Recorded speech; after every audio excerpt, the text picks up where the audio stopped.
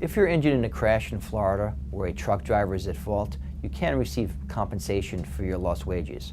Your no fault will cover 60% of your lost wages. The other 40% will be covered by the defendant's insurance company, either through settlement or through a trial.